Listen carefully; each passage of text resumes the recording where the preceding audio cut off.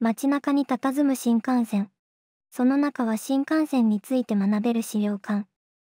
本物の新幹線の座席にも座れるよ。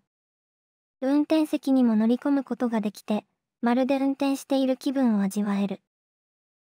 この博物館の名前は、新幹線資料館、東京都国分寺市にある資料館です。JR 中央線国立駅から徒歩7分。ぜひ行ってみてね。博物館ラボ。